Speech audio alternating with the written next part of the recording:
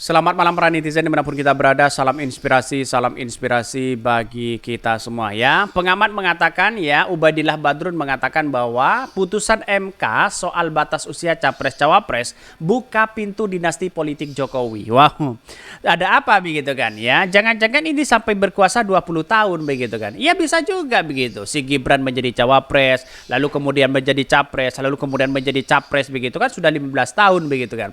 Lalu kemudian ya kalau menang lagi Kaisang di apa namanya disiapkan. Bisa saja seperti itu begitu kan. Karena politik sekarang ini kan dinamis begitu kan, tidak menentu begitu. Bisa saja dimainkan terus begitu kan ya, karena mumpung Pak Jokowi masih berkuasa begitu hari ini. Kekuatan ini semua kan tergantung dari Pak Jokowi begitu kan ya. Bahkan Ubaidillah Badrun sebagai pengamat mengatakan, wah ini pintu dinasti politik Pak Jokowi sudah dibuka loh begitu kan ya. Tidak mungkin menyia-nyiakan waktu yang begitu rumitnya begitu kan ya, yang begitu instan begitu kan ya. Tidak mungkin menyia-nyiakan itu begitu kan. Kalau menunggu 5 tahun iya, kalau dia berkuasa begitu. Kalau tidak gimana begitu kan. Ini kan adu nasib sebenarnya begitu. Dan akhirnya ya negara ya bisa amburadul. Ya sebagai capres-cawapres harus di kalangan si A, si B dan si C begitu. Kok bisa begitu kan ya. Ini kan rebutan di situ begitu. Bahkan ya komentar-komentar dari netizen banyak sekali ini. Putusan Mahkamah Konstitusi soal batas usia capres-cawapres menyempurnakan dinasti politik Jokowi ya. Atau Joko Widodo selama ini begitu.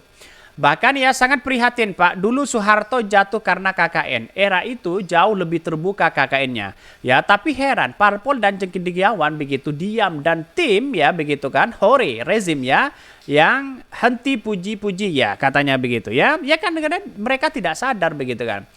Politisi bang ya, integritas muncul kalau menjabat ya, kalau menjabat lihat-lihat situasi ya, mau kiai, profesor dan sebagainya katanya begitu ya, pasti berubah ya, nikmat jabatan mana lagi yang kau dustakan ya.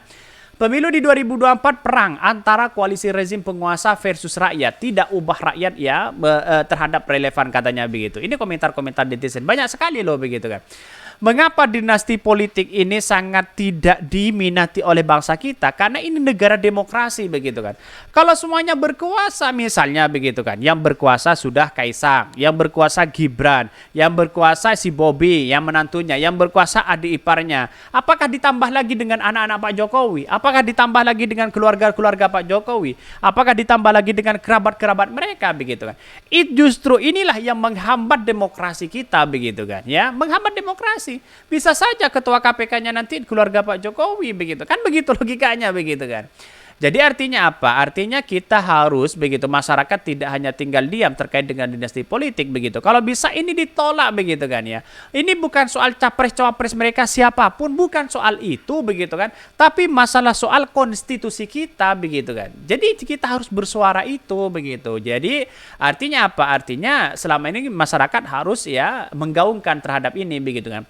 Sempurna di mata mereka yang haus kekuasaan, tapi di mata rakyat yang haus keadilan ya. Mana itu yang pernah bilang MK bukan mahkamah keluarga? Coba tunjukin muncungnya begitu ya. Ya ini di prank luar biasa begitu kan ya. Katanya begitu katanya yang awal sudah memberikan statement ditolak pada waktu itu begitu. Karena keputusan MK masih belum selesai. Ya para cebong, para buzzer di situ menuduh bahwa ya Pak Jokowi baik, Pak Jokowi ternyata ya terbantahkan ya,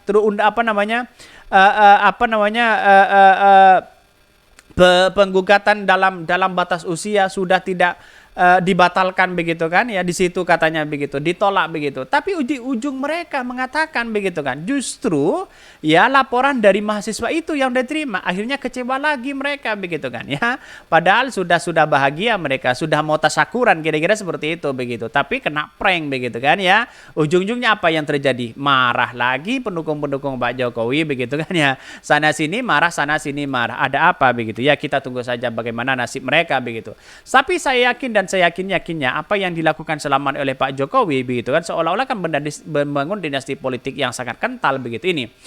Bahkan ya analisis politik ya Universitas Negeri Jakarta UNJ Ubaidillah Badrun mengatakan putusan Mahkamah Konstitusi MK soal batas usia capres-cawapres membuka penyempurnaan pintu dinasti politik Presiden Jokowi, seperti diketahui bahwa MK mengabulkan gugatan tentang syarat batas usia capres-cawapres ya. Walhasil ya meski ya masih di bawah 40 tahun seseorang bisa maju dalam pilpres asalkan pernah menjadi kepala daerah ya. Ini kan seolah-olah kan membohongi begitu kan ya, awalnya ditolak begitu seolah-olah yang membohongi di akhir itu begitu kan ya.